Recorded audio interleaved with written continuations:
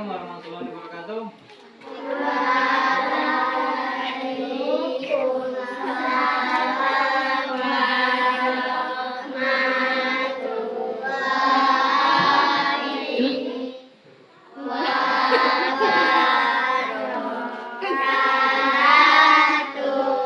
Baik, terima kasih ya anak-anakku sekalian kelas 4 hari ini. Semuanya sehat? Alhamdulillah, tadi sudah berdoa ya. Nah, sekarang hari ini siapa yang tidak masuk? 1, 2, 3. Ada lagi? Alasannya kenapa tidak masuk? Sakit. Kakinya Pak. Terkira kakinya. Ija nggak tahu Pak. Ija kan Flora sakit. Nggak tahu alasannya ya. Ya mudah-mudahan yang sakit segera sembuh ya. Yang di sini kita siap untuk belajar. Nah, sebelum kita mulai belajar, semuanya berdiri dulu. Kita sama-sama menyanyikan lagu Hari Merdeka. Semuanya berdiri. Semuanya berdiri. Ayo pada duduk. Berdiri di tempat duduknya masing-masing ya. Yuk, mungkin salah satu ada yang memimpin sebagai dirijen. Andini, minta tolong sama Andini. Ayo. Ya semangat ya, kita awali dengan menyanyikan tempat. Kita mulai. 1. Siap-siap ya semuanya. Iya. 1, 2, 3.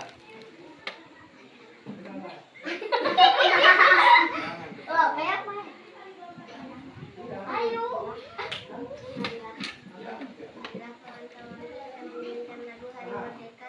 Dengan irama 2/4. 1, 2, 3. 17 Agustus tahun 45.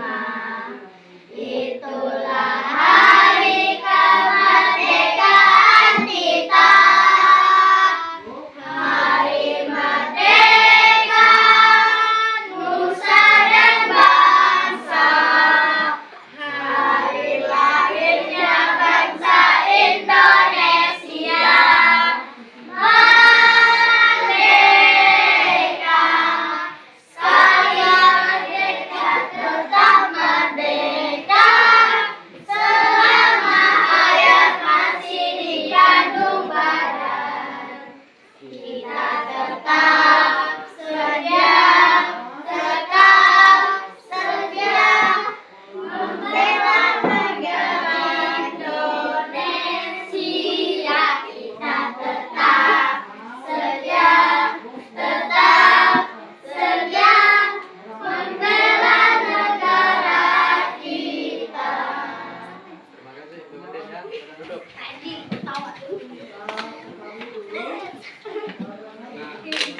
Terima kasih ya untuk Andini. Selanjutnya kita akan belajar tema 3. Peduli terhadap makhluk hidup.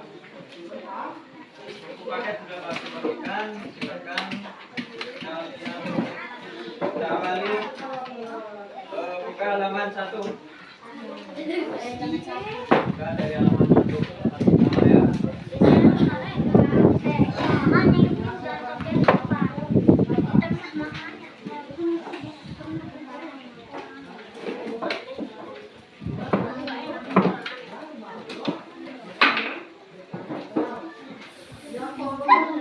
Tujuan kita mempelajari buku tema 3 pada subtema 1 pembelajaran 1 ini adalah yang pertama yaitu nanti kalian diharapkan bisa membuat daftar pertanyaan untuk persiapan wawancara dengan tepat.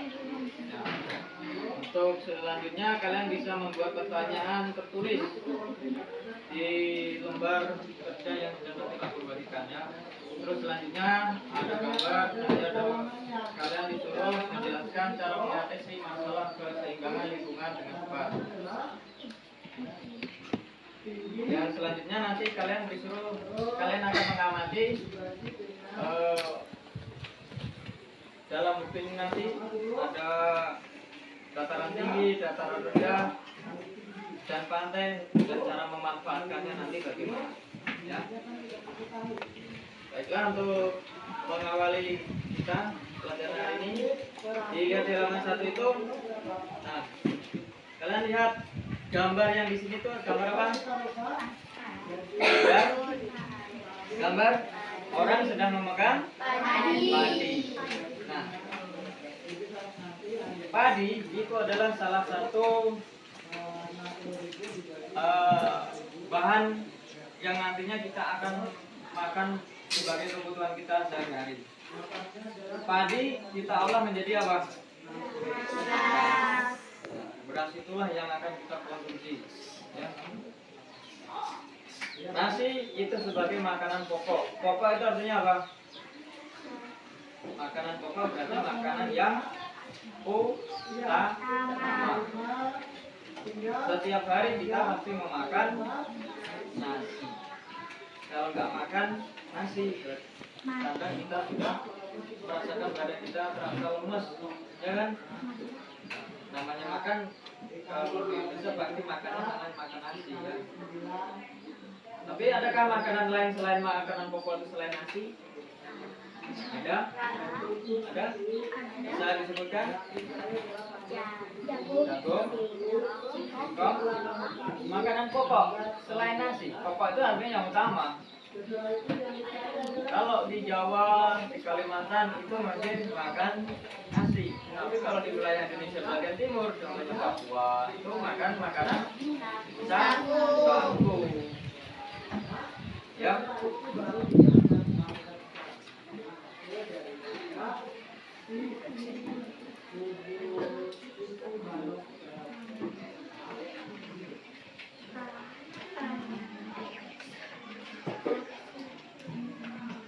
Itu tadi ya jenis-jenis makanan pokok yang dikonsumsi masyarakat dalam kesehariannya. Yang pertama tadi adalah nasi, yang kedua sagu.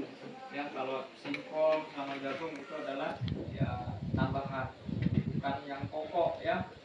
Kalau pokok itu yang utama. Terus selanjutnya kalian lihat di materi di halaman 1. Makanan yang paling banyak dikonsumsi masyarakat Indonesia itu apa saja? Di situ adalah padi. Padi adalah tanaman yang sangat penting di Indonesia. Padi menghasilkan beras. Banyak penduduk Indonesia yang mengonsumsinya. Padi itu dapat tumbuh di daerah panas dengan curah hujan tinggi. Daerah utama penghasil padi itu adalah Jawa Barat, Jawa Timur, Jawa Tengah, Sulawesi Selatan, dan Sumatera Utara. Karawang, Jawa Barat itu dikenal sebagai lumbung padi nasional. Pertumbuhan padi dibagi menjadi 3 tahap besar. Yang pertama, biji atau benihnya itu dimasukkan ke dalam karung benih dan direndam dalam 1 malam di dalam air mengalir supaya perkecambahan benih terjadi bersamaan. Selanjutnya, benih ini ditanam di lahan sementara, bibit yang telah siap dipindahkan ke sawah. Biji atau benih tadi akan tumbuh berkecambar sehingga muncul di permukaan. Bakal akar akan tunas menonjol keluar, lalu batangnya memanjang. Petani juga mengairi, memberi pestisida dan pupuk pada tanaman ini. Selanjutnya, tanaman padi berbunga hingga gabah matang, berkembang penuh, keras, dan berwarna kuning. Gabah adalah bulir padi yang terbungkus dalam sekam. Jadi ada istilah di sini gabah. Gabah itu artinya bulir padi. Kalau kalian pernah buka karung beras, ada namanya masih ada kulitnya itu, berarti namanya gabah. Gabah itu berarti yang masih ada bulirnya, itu masih ada kulitnya. Biasanya kan kalau mama kalian atau kalian yang pernah memasak dibersihkan, pasti itu yang dibuang kan, dipilih-pilih.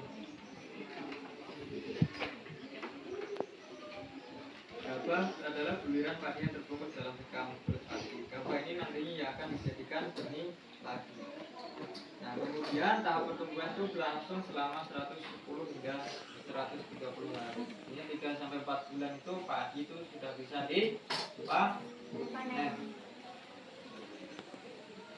Di dekat tempat kalian ada yang menanam padi? Ya? Ada. Prosesnya bagaimana? Diawali dari biji padi ya. Nah, kalau di sini kan beda-beda arealnya dengan sawah ya kan. Kalau di sini kan ladang namanya. Ya. Biji padi kemudian di apa namanya? Alat namanya Bang? Asok. Kalau orang kampung nyebutnya asok. Ya. Bisa pakai apa namanya? Kayu ya, terbuat dari kayu itu. Ya. Jadi ada yang bertugas membuat lubangnya, kemudian ada yang memasukkan biji ke dalam lubang tersebut. Kemudian dirawat terus sampai 3 atau 4 bulan baru bisa dipanen. Kita lanjutkan.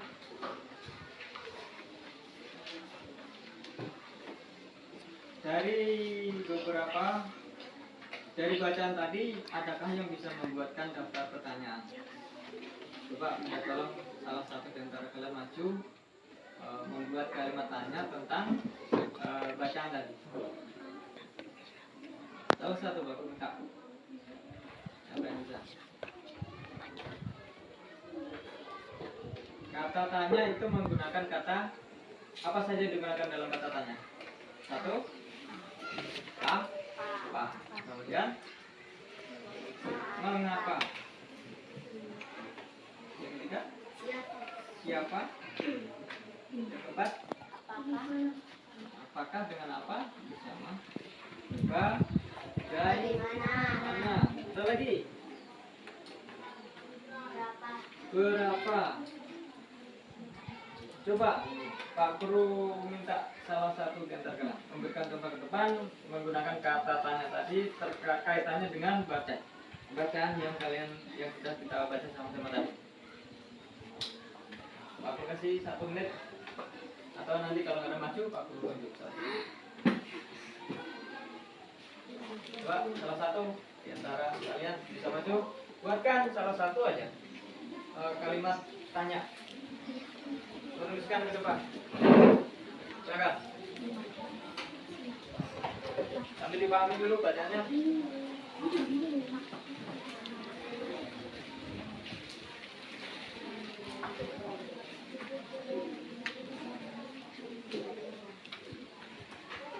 Dut, bisa? Tolong. Dut. Ketika, Dut.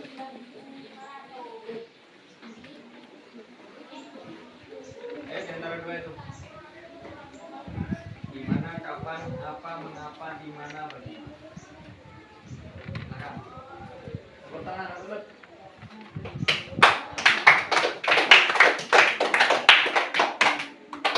Membuat kalimat tanya dari bacaan yang sudah kita pelajari tadi. Silakan.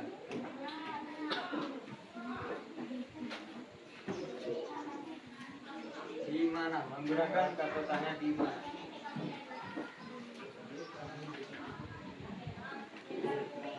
Mana? Tempat?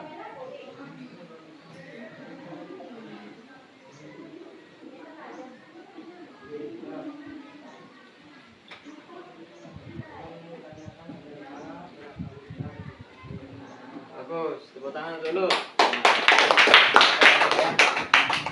Ini adalah salah satu contoh menggunakan kata tanya dari bacaan yang sudah kita baca sama tadi.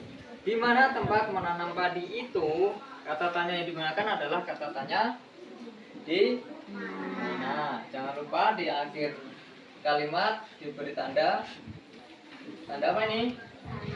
Tanda tanya.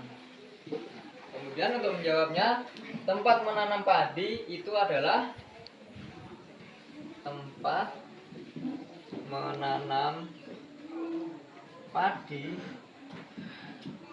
adalah, kalau di mana berarti menanyakan apa? Di mana itu menanyakan, kata tanya di mana menanyakan tentang tempat. Berarti tempat di mana menanam padi itu adalah di sawah. Bagus. Nah, kita lanjutkan supaya kalian lebih bisa lagi membuat kalimat tanya. Nah, Pak Guru ada tugas untuk kalian.